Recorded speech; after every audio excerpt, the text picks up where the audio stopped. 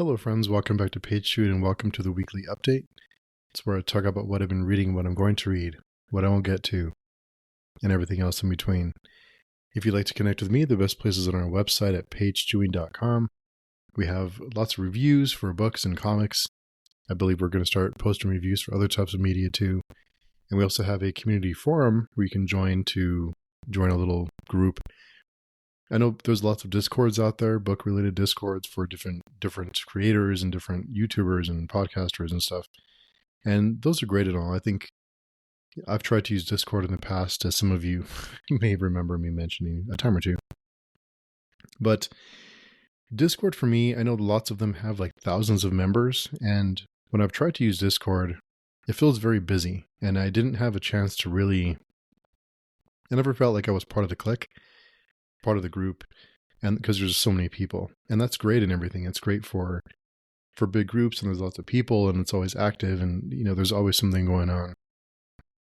Just for me, I prefer kind of the smaller, tightly knit communities of just people who know each other, and we all feel like we're part of the group. So if that sounds good to you, come by and check out the forum, and that's where we plan all of our different group reads, and anyone's welcome to join any of the stuff we plan.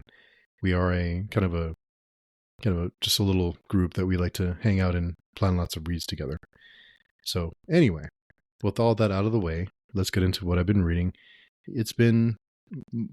I mentioned last week, my schedule has been a little bit insane. It's very insane. And I've had lots of work. We're really shorthanded at work. I've been picking up lots of hours to help out and to help cover. It's one of those instances, and some of you may have been in this situation before, where the people that I supervise, and people, I don't want to say below me, but people or in my group who I supervise, I'm asking them to work lots of overtime to help out because we have lots of trainees right now, because we have lots of turnover. And I ask them to help out and to pitch in. So I feel bad doing that and not taking some of the brunt of the work. So I'm picking up extra hours to cover for them, to give them a break, because we're picking up, there's lots and lots of overtime to be had, which is nice on the pocketbook, but it still sucks because it's like, I live there. So it's been a little rough. But anyway, that's why I haven't had much time to read lately. But what I have been reading, one of the books I have been keeping up with, because it's for a group read, is for Deadhouse Gates. It's the second book in the Malazan Book of the Fallen. I mentioned last week that one of the chapters had me pretty confused. I was getting lost with all the different characters and the different groups and the different factions and the different creature types and the world and who's fighting who and who's trying to double cross who and who's motivated to do what. And these chapters were similar. I don't remember having this much trouble last time I read it, which is weird because it's my second time reading it. And I remember this one being my favorite book of the series. I think I got up to book 5. So it was a little bit tough because I get lost with all the different characters, and some characters, their names change, and then they're a different character, and it's a lot to keep up with. On one hand, it's nice, it's great because it's so complex, and there's so many things going on, and so many moving parts, and people, the creatures, the characters evolve and they become something different, and all that's great. When there's 20 or 30 of them, it's hard to keep up with. For me anyway. I'm not the smartest person in the world, so it takes me some time. But I'm enjoying it, but it can be a little frustrating at times because I'm trying to keep up with all of it. And you go from reading at a certain pace, and you go to something really complex. It takes more mental energy to keep up with. So it's something that I'm getting through. Thankfully, I'm reading this with a group, and we do discuss every Tuesday night for the podcast. So thankfully, I have some people to help me out. I will also be starting The Dregs by Thomas J. Devins. I did read The Scroungers last week. My review is up on the blog if you'd like to read it. I really liked it. It was kind of a boots on the ground, smaller scale story. And not that it doesn't have implications in the bigger world, but it felt a story that if you weren't if you weren't in that place at that time, then you may have missed these events. They're not world-changing events. They play a part in the world, but they're not, if we fail, everyone dies kind of thing, which is nice because sometimes it's nice to have a little smaller scale story and you feel like you're part of something special. You're seeing a story that not everyone will know about. Does that make sense? So I really like that about that story. So I'm reading. So The Dregs is the second novella in that world, and I'm really looking forward to that. It was a really fun read. So looking forward to starting that. I will also be starting Absolution. It's the next book in the Southern Reach series. It used to be a trilogy. And that's another one I'm looking forward to. I really liked the Southern Reach trilogy. The third book I wasn't over the moon about, but the first one especially and the second one were very good. The first one is one of my favorites. Annihilation is so good. Very, very good. Very good. Let's see what else. I'm also reading an arc that I was contacted for to review and to, talk about and just get a sneak peek at, which is always fun. It's from a New Edge Sword and Sorcery magazine, and they print. I think they do magazines, and they also have this book that they're releasing, I believe, in May. It's 2 novellas in one. One of them is called Waste Flowers, and the other one is called Walls of Shira Yulun. I'm probably mispronouncing that. I'm a little bit into the first one. So far, so good. I like the kind of the tone. But yeah, so I'm not very far in it at all. I can't really see a whole lot about it because I just started it. But I'm excited. I try to not... I get a lot of review requests. I think that's pretty common for people who do a podcast or YouTube or whatever. And they just, people contact you and want you to read their book and review it and to get eyes on it and to get, get the word out. And I get so many that I usually just decline. But with 2 novellas, it's okay, maybe I can manage that. So it sounded manageable. And now that we have 2 new people coming on the website to review. There was a call for reviewers who were interested in reviewing with us. And we really have nothing to offer other than access to ARCs and just the obligation to, if we do take an ARC, please write a review. Please, give it an honest review, because I hate to get an ARC and then not have a review. So it's nice to be able to kind of post, hey, I got this request if anyone's interested in it, because I feel bad always declining, but I just can't keep up. There's just not enough time in the day. So I'm reading that. I am also, let's see, what else am I reading? We also have to plan the Watchmen discussion. Like I said, haven't had time to schedule that. I did give that another read for the 3rd or 4th time now, maybe even more than that. But I love Watchmen. It's so good. It's one of my all-time favorites. It never gets old. And I can talk for a long time about the movie and the book, and it's pretty wild. I know the movie isn't that popular. I know lots of people hate it. I think the more time goes on, I think the more people start to appreciate it now that they're looking back on it. I think it was a little bit ahead of its time. And it is so close to the book. So many things that it's almost pulled out of the page. And it's a book that would be hard to adapt. But I don't know. I don't know. I'm a fan of the movie, is what I'm trying to say. Keep your pitchforks. It's okay. We can get along. We can try. We can try to get along. We can disagree and try and get along. I know not everyone can do that, which is really sad. Also, I do have a trilogy that I want to start, and it's the Border trilogy. It's by Cormac McCarthy. The first book is All the Pretty Horses. The second book is The Crossing, and the third is Cities of the Plain. I'm going to be starting that. I did pick this trilogy up at a local bookstore, and I just decided, let's read some McCarthy. I love McCarthy. I think it's not always a hit for me. I mean, I kind of disliked Blood Meridian until we discussed it, and I have a different appreciation for it. I really like The Road. I don't say enjoyed Child of God. I don't know if enjoy is the right word, but I'm not the biggest fan of that book. But no matter what I read of McCarthy's, it always makes me think, and it always sticks with me. And I like that, because too many things we absorb nowadays is just kind of, you take it in and then it goes away and you forget about it. So the good thing about McCarthy is that no matter what,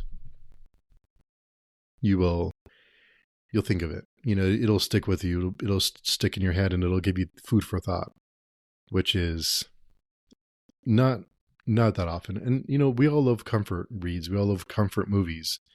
We all love to just disposable stuff. Sometimes we don't want to think too much, and I respect that. But sometimes I want something with meat on it. I want something that'll really impact me and hurt my feelings. So that's on the agenda for next month. I will be starting that next month. We're for sure doing end of book discussions, but I think I'm also going to do kind of every few hundred pages, or every 100 pages or so, do like a podcast and just discussing those couple, the 100 pages or a little bit more. The first and third book are only 300 pages. The second book is 400. So they're not huge. So if you would like to read along, go pick them up, and I will be posting an episode probably by myself for the first 100 pages or so. I have to look at the chapters and page counts. But so I'll be posting every 100 pages or so, kind of an update, as I'm going along, and then we'll have an end of book discussion. I believe Chris will be reading that with me, and I believe Layla also expressed some interest in that. So hopefully we can get a couple people together, because these books are ones you want to discuss after. There's lots of things to talk about after reading McCarthy, which is good. This week I also read lots and lots of comics as usual. There's been a few that have really been good. This was a really good week. There's a couple of reviews up. This week my pick of the week was Random Crisis Events, I believe the name of it, or Crisis Events. It's a book about time, just playing tricks in this world where time is overlapping on itself.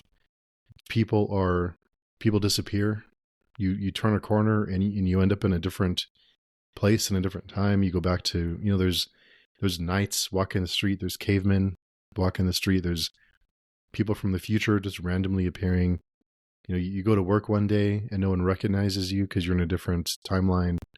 Things like that. It was really neat. It's an anthology series, and I just loved it. It was so good. It was just one of those books that just kind of, I mentioned last week about The Scroungers. It's one of those books that just reminds you of why you love to read, and just all the different types of storytelling. So I believe it's called Random Crisis Events. It was my pick, but the review is on the blog, and it's also, if you want to hear more about what we read this week, you can check out the Panel Chewing Pick of the Week episode of this week. And also, we are going to be getting we'll be utilizing Hoopla. I believe it's Hoopla, that has so many books available. They're free to read. They are connected to your local library. If you don't have an account, definitely recommend it, not only for what I'm about to tell you, just in general, because there's so many things you can read that are for free through your local library. So be sure and look into that if you haven't already. But we're going to be reading the Claremont run of X-Men. I believe it's X-Men, or it's Uncanny X-Men. I forget the exact numbers, but all of them are available on Hoopla. So we're going to be reading one issue a week and discussing it, because we're kind of going back in time and reading an older run that is available to anyone who can read it for free. So that's kind of one of the ideas we had for the Panel Chewing Pick of the Week episodes, is to go back and read something that anyone can read along with us for no cost. So that's something that we're excited about doing.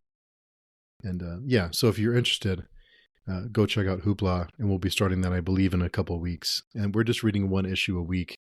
One issue you can probably get to in 10-15 minutes, so it's not a huge reading commitment, but I love Claremont and the X-Men, his run. It's one of the first comic book series I read when I was, back in the early 90s. I just fell in love with it. And it's always interesting to go back. Excuse me. It's always interesting to go back and read things that you enjoyed or watch things that you enjoyed from your childhood and to see how it hits now, because I think there's a lot that I probably didn't pick up on that I will now. That it'll be a completely different experience. I mean, even there's times in your life when you're going through things or your mind is in a certain place, whether it's good or bad, and you absorb material and you go back and you watch it or you read it under a different mindset, and it can hit you completely differently. I think that's really an interesting experiment to a lot of your own experience, impacts what we do enjoy or don't enjoy. So yeah, good stuff. It'll be nostalgia for sure, which is fun. Also, this week we did have a Friday conversation. It was kind of a last minute thing. I was able to not have to work late on a Friday, and we weren't doing speculative speculations because we're in between books. So we got a little group together and we did chat mostly about fantasy and about AI and its impact on literature and fantasy and different genres, how they impact each other. And that's something that I was thinking about anyway, because I saw Mike's book reviews video this week about he's kind of just bored with fantasy and it's kind of become stale. And it made me think that a lot of fantasy, I need breaks from fantasy at times, and that's where comics really helps. And I mean, I love fantasy, but at the same time, a lot of it is the same. There's a lot of it that feels very similar. And to read a fantasy book, it takes a lot more mental energy than it does to take, I think, probably almost any other genre. If you pick up a thriller, for instance, you know the world. I mean, you don't have to, the author doesn't have to explain to you what the rules of the world are, who the different types of creatures or characters or factions. You jump into a thriller, you know that we're in this world and you know the rules and everything. But in a fantasy book, all that has to be explained to you. There's lots of world building that goes into it. And it's a bigger commitment to read most fantasy than it is to read almost anything else. And don't get me wrong, I'm not complaining. It's just a fact. And that's what we love about it, right? That's what we love fantasy.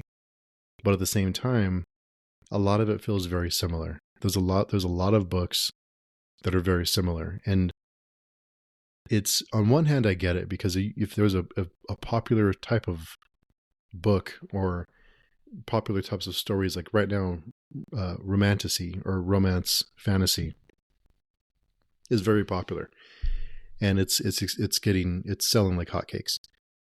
So obviously people and publishers are going to try and create that type of book because that's what's popular right now, and that makes sense from a business standpoint. But then everything becomes a copy of itself. Everything becomes the same thing over and over again. It's almost like with the Twilight stuff a decade or so ago, is vampires were the rage and everything became kind of a Twilight clone. A lot of things did. So not only that, not only popular things, I just think a lot of stories are very similar because they try to recreate older stories, or they try to kind of pay homage to other stories, and they end up being just another version of it, which is fine. I'm not trying, no shade at anyone. I just think it's nice to have different types of stories and different things, different genre bending stories. Unfortunately, I think a lot of people like what they like, whether you like romance or fantasy or horror or thriller or whatever it may be. You stick to what you like, and you don't want to venture out. And that's fine. But I think that we miss out on a lot of books, a lot of stories, a lot of movies that are kind of crossing over to different genres and playing with different themes and having a mix. And it's hard to market those books because who's your target audience? Is it your target audience one or the other or in the middle? It's hard to find who you want to target as a potential audience. So all of that is very, very tough. The publishing industry is tough. It's tough to publish. Before I knew more about the industry, sometimes I wish I didn't learn more about it. before I learned more about the publishing industry, and especially the, the amount of work it takes to publish a book and the different people that are involved and the different things that happen behind the scenes, publishing is a tough game.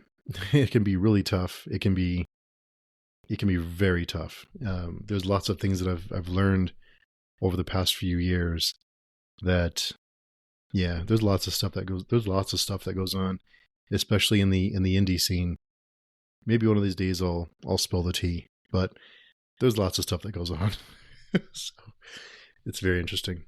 But anyway, yeah, it's a tough game because for anyone, whether you're pitching to a publisher or you're pitching, you're self-publishing, it's tough to stand out when there's 8 million books being printed a year. How do you stand out? And the amount of money you spend for a book, you can buy an ebook. Most ebooks go for $10 and under. There's lots of indie books that go for $3-4 a copy.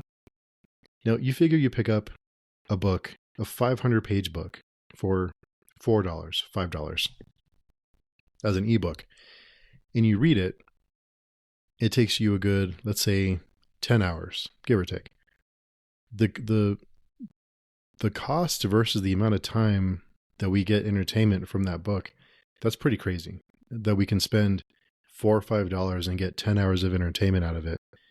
That's insane. That's very cheap. And considering that it probably took someone a year plus to write that book, and it took other people to edit and to format, and an artist to build it, to create a cover, all the work that goes into it, and then they sell it for $3-4. It's insane. It's wild. And it's good because it's accessible to more people. And more people, the barrier for entry is lower too, because now people can self-publish. Now it's good and it's bad because the more people self-publish, the more crap you're going to get, because there's lots of bad books out there. There's lots of badly written books, lots of books that aren't edited, aren't formatted right, and unfortunately it creates this negative perception of a lot of indie books, when you're going to find the same amount of errors in an indie book as most traditionally published books. You're going to find errors in a Stephen King book sometimes. It happens. I mean, things happen. But it also makes it more accessible because the cost is lower, so more people can read, which is also great. But it's also, it's this give and take where you have to find a middle ground of, should this be worth more? And if it is worth more, then less people can access it. So it's tough. It's a tough game. But we discussed all that and more on the Friday conversation. So if you want to hear us go on and on for an hour and 40 minutes about these kind of topics, go check out that episode. Went live on Friday. So yeah, very interesting stuff. Also, we discussed AI and whether it's a bad or good thing, whether it's something we should worry about. I know a lot of people aren't worried about AI. I am. I worry about AI. I think right now, I know some people say that we're a ways away from AI writing a complete book. I really think that right now there's more AI written books out there than we realize. And not an AI copy paste, but it's an AI written book that has gone through and cleaned up a little bit, and some words changed, and the kind of the view and the different, the kind of like the voice is changed so it doesn't sound like a robot wrote it. And I think a lot of those books are being published right now. I think a lot of books are mostly AI written. Not a lot of books, but there's a lot of them out there. And when I say a lot, maybe a few hundred a year, maybe more. But there's lots of websites out there that are selling, manuscripts and helped how to do this and teach you how to do this kind of thing. It's insane. And I really think it's going to completely change our lives in the next 5 to 10 years. It's going to change our lives are going to change pretty dramatically in lots of different ways. Some good. AI is not all bad. It's not all Skynet. The world is going to end. But I think it is going to change a lot of things, and a lot of things we're not ready for it to change. But that's a whole nother discussion. But we do discuss all that and more on the Friday conversation. But I'd love to hear from you. Are you worried about AI? Is this something that you're concerned about? Has your daily work been changed with AI? Has it changed anything for you? Have you noticed? Or do you use it? And if you do use it, what do you use it for? Let me know. There is a link below to send me a message if you'd like to send it that way. As I previously mentioned, come by the forum and discuss it with us. Or also, if you're on YouTube or a place you can post a comment, please post a comment and let me know what your thoughts are. I'd love to hear from you. And that is it for me. So thank you for listening to my weekly update and hear me ramble on about nonsense. I do that from time to time. Hope you're doing great. Hope everything's going well for you. And I hope you are finding your favorite book to read this week and you're enjoying it, and hope everything's going well for you. And until next time, we will talk to everyone very soon.